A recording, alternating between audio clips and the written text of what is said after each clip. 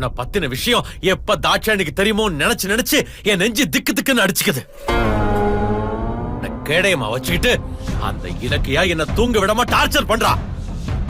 ஏய், என் பிறந்த நாள் அன்னைக்கு என்ன எல்லாரும் முன்னையும் அவமானப்படுத்துறேன்னு சவால் விட்டுருக்கா. ஆனா இப்ப இலக்கிய பாதுகாப்பு இல்லாம நீயா வந்து என்கிட்ட மாட்டிக்கிட்ட. ஏய், உன்னையும் உன் புள்ளையும் இன்னைக்கு கொல்றேன்டி. சொல்லு, எங்க உன் புள்ள? சீக்கிரம் சொல்லு. என் பேச்ச கேட்காம வயித்துல வளர்த்து பெத்தியே ஒரு குழந்தை, அது இப்ப எங்க? சொல்லு. உங்க 2 பேரையும் கொன்னு இதே இடத்துல புதைச்சிடுறேன். சொல்லு, சொல்லுடி, சொல்லு. ஏய்,